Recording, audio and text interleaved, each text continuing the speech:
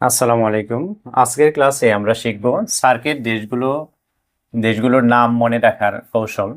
এটি খুব সহজে আপনি মনে রাখতে পারবেন যদি এই কথাটা আপনার মনে থাকে। MBA is BNP. তো আমি এই কৌশলটি আলোচনার পূর্বে সার্ক কত সালে প্রতিষ্ঠিত হয় এটা আমরা জেনে নিই। সার্ক প্রতিষ্ঠিত হয় মূলত 8ই ডিসেম্বর 1985 সালে।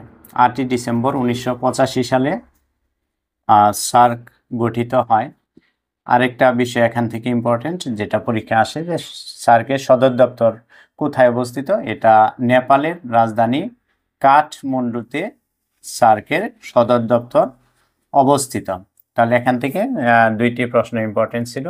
ও আরেকটা প্রশ্ন হচ্ছে যে সার্কের সদস্য সংখ্যা কয়টি? সার্কের সদস্য সংখ্যা বা সদস্য দেশ হচ্ছে 8টি।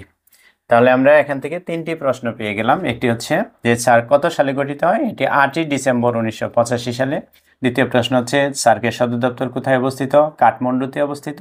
তৃতীয় প্রশ্ন হচ্ছে সার্কের সদস্য সংখ্যা কয়টি? 8টি। এখন আমরা এই এমবিএ ইজ বিএনপি এই সংক্ষিপ্ত নামটি দিয়ে পুরাপুরি কিভাবে আমরা 8টি নাম মনে রাখতে পারি এই কৌশলটি শিখব।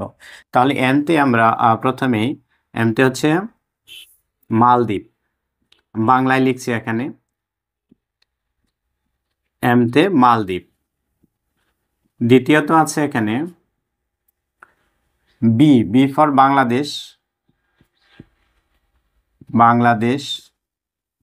3 নম্বরে আছে এ, এতে আফগানিস্তান, আফগানিস্তান। 4 নম্বর যেটা আছে এটি হচ্ছে আই, আইতে হচ্ছে ইন্ডিয়া বা ভারত, আমরা যেভাবে পারি সেভাবে মনে রাখবো। আইতে ইন্ডিয়া। 5 নাম্বার হলো এস, এসতে হচ্ছে শ্রীলঙ্কা, এসতে হচ্ছে শ্রীলঙ্কা।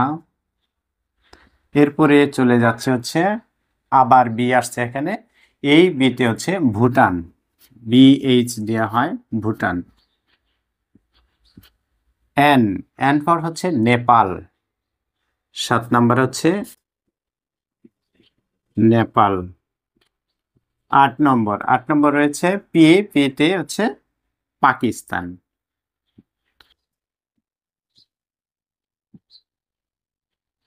পাকিস্তান।